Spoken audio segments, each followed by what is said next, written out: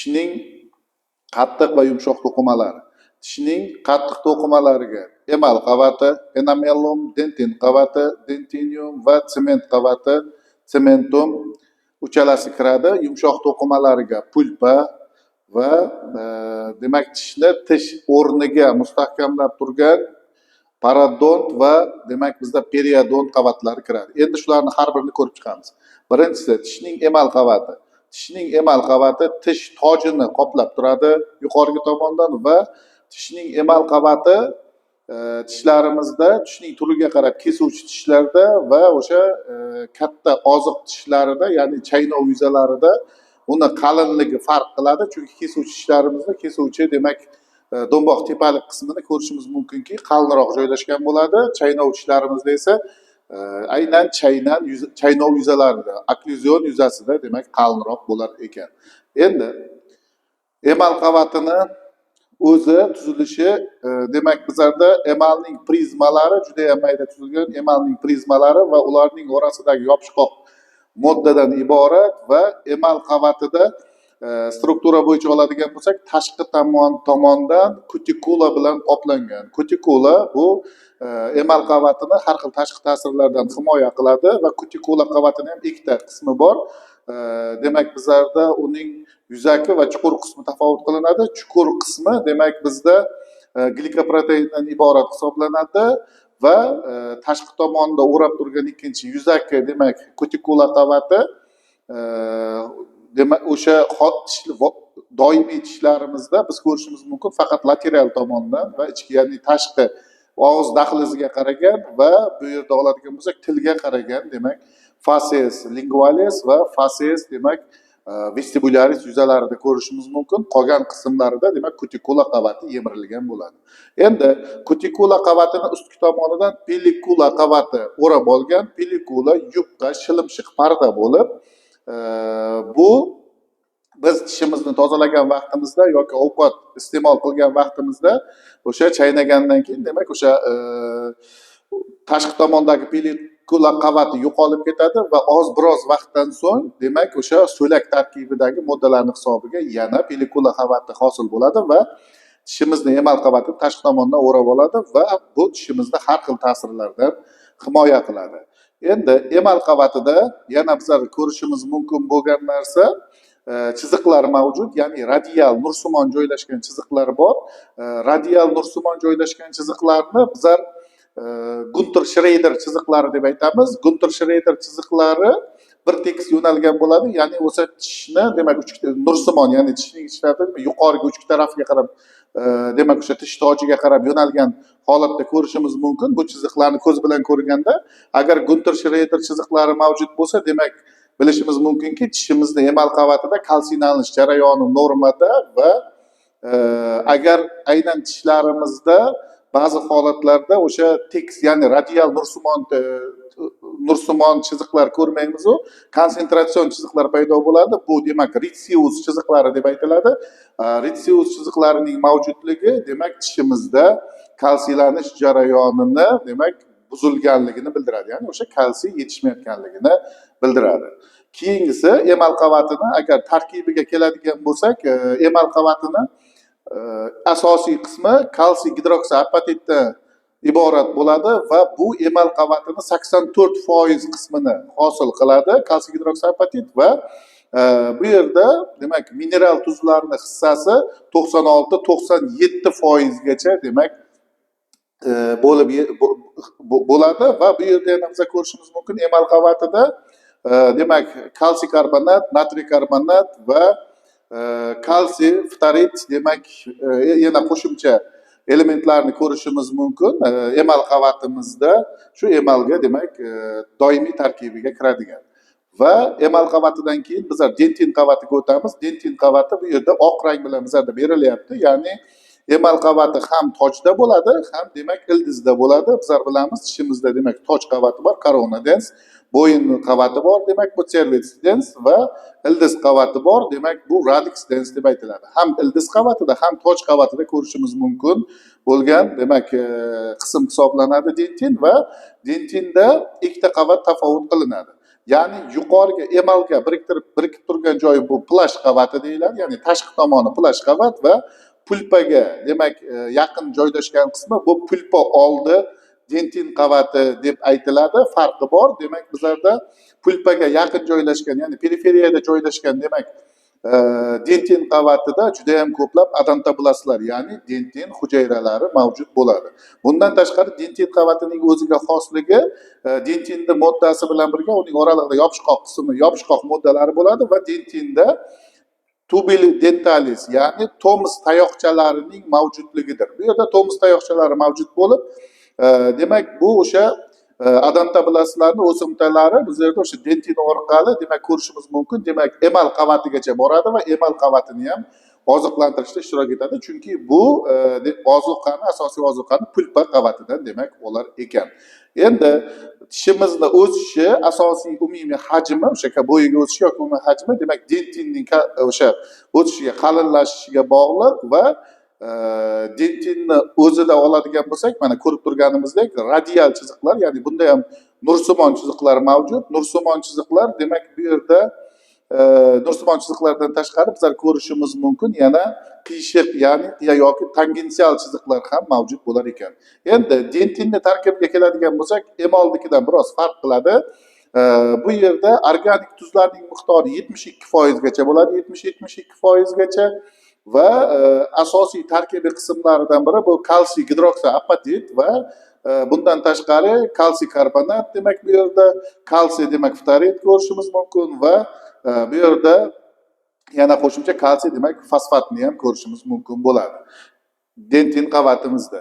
Endi dentin qavatidan keyin bizda ildiz sohasida joylashgan 3-qattiq demak qismini ko'ramiz.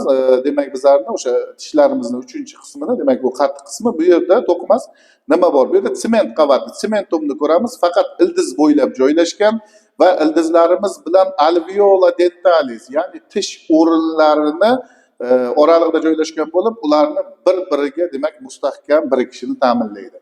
Va sement qavatini o'ziga xosligi suyak hujayralariga o'xshash, lekin suyak hujayralariga dan farqi bor. Chunki bu yerda tarkib jihatdan farq qiladi. Demak 30% gacha demak bizlar mineral tuzlarni o'sha yerda ko'rishimiz mumkin. Demak va bu yerda yana o'ziga xosligini 30% gacha organik moddalarni ko'rishimiz mumkin va qolgan qismi demak 70% gacha bo'ladi. Birlamchi va ikkilamchi hujayralardan iborat sement hujayralari demak bizda tirik va o'lik hujayralardan iborat bo'ladi va sement hujayralarini o'ziga xos nomlanishi demak sementotsidlar yoki sementoblastlar deb aytamiz. Demak tirik va o'lik hujayralarni joylashishiga e'tibor qiladigan bo'lsak, asosan o'lik hujayralar demak o'sha tish ildizini cho'qqisida joylashadi va o'sha tishlarimizni masalan 3talik ildiz bo'ladigan bo'lsa, yuqoriga malyar tishimizni 3talik ildizini oladigan bo'lsak, ildizlarning bir-biriga qaragan yuzasida o'lik hujayralar bo'ladi va o'sha ildizlarni tish alveolalariga, ya'ni o'sha tish o'rinlariga qaragan qismida demak tirik hujayralar mavjud, tirik hujayralar bo'lar ekan. Endi tishlarimizning qattiq to'qimasini ko'rib chiqdik. Endi yumshoq qismiga o'tamiz. Tishlarimizning yumshoq qismi birinchisi pulpa hisoblanadi. Pulpa demak tishning demak o'sha dentinning markazida joylashgan demak bo'shliqda demak o'sha qon tomirlar va nerv tolalari shaklida kirib boradi va bu yerda tish umumiy tishni o'zini oladigan bo'lsak, tishning cho'qqisi va apex dens va tish ildizining teshigi bo'ladi. Foramen apex radix dens bo'ladi. Tish o'sha ildizini teshigi orqali demak cho'qqisidagi qon tomir va arteriyalar uning ichki tarafiga kiradi va vazifasiga keladigan bo'lsak, boya aytib o'tganimizdek, demak tishni qattiq to'qimalarni ham oziqlantirishga, ya'ni trofik vazifasi bor birinchisi, ikkinchisi keyingi vazifasi bu himoya vazifasi bor, ya'ni o'sha tishimizni plastik va himoya vazifasi bor. Demak bu yerda tishi o'sha qon tarkibidagi makrofaglarni masalan olishimiz mumkin. O'sha tishimizdagi yallig'lanish jarayonlarida demak himoya qilar ekan. Endi yumshoq to'qimalardan keyingisi demak bizlarda parodont va periodont deb aytiladi. Parodont nima degani?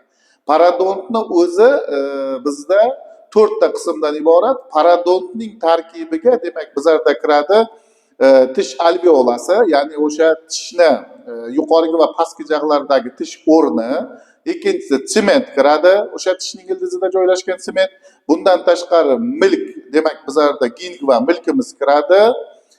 Va bundan tashqari periodont ham demak parodontni tarkibiga kirib ketadi. To'rtta qismda demak iborat, to'rtta qism mavjud ekan. Demak bu milk, sement, alveola va periodont. Endi vazifasi, parodontning vazifasi, asosiy vazifasi demak bizda tishimizni tish o'rniga gamofozis, ya'ni o'sha bizlar bilamiz harakatsiz birikish turi bor edi. Ikkita suyakning bir-biriga xuddi yog'ochga mix qoqqandek birikish, ya'ni qat juda ham mustahkam birikishini tushunamiz. Gamofozis birikish deganda o'sha gamofozis holatda birikishini demak ko'rinishda birikishini bizda ta'minlab beradi. Endi keyingi yumshoq qismiga o'tadigan bo'lsak, to'qimasiga, bu bizlarda periodont deb aytamiz. Periodont bu demak bizlarda periodontni o'zi tishimizni ildizi, tishimizni demak bu yerda biz ko'rishimiz mumkin.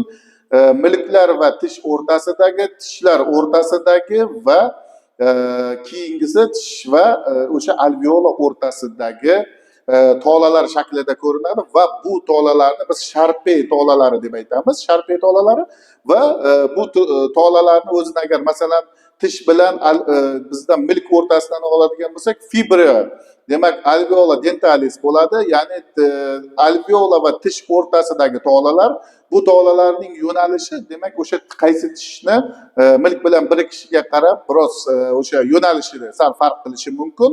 Va ikkinchisini oladigan bo'lsak, tishlarning kontakt, ya'ni tishlarning oralig'idagi, ya'ni fibra interdentalis bo'ladi. Tishlar oralig'idagi demak tolalarni ko'rishimiz mumkin, sharpey tolalarini. Bu tish orasidagi tolalarda masalan misolida tushuntiraman.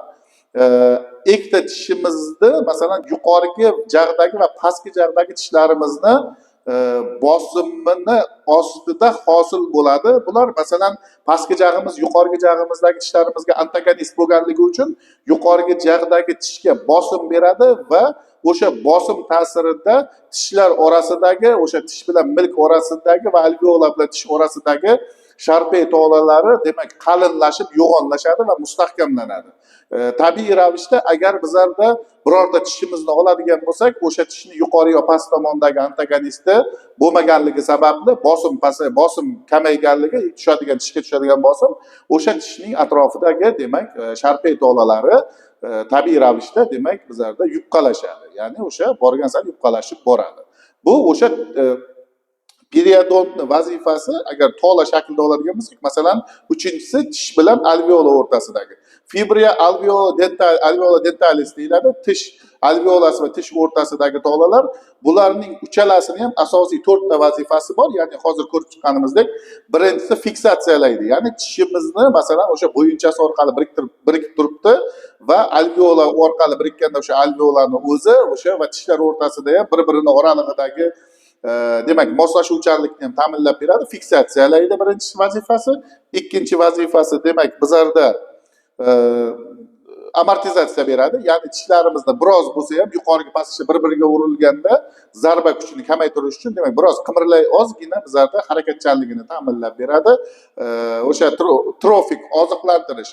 Masalan, sement qavati bizda o'sha tashqi tomonda mana shu biz hozir ko'rgan periodontda joylashgan qismida joylashgan qon tomirlaridan kelayotgan ozuqalarni demak asosan diffuz yo'l bilan o'zlashtirish orqali oziqlanadi. Demak, ozuqa bilan ta'minlanadi o'sha sement qavati va mana shu funksiyalarni demak bizlarda bajarar ekan.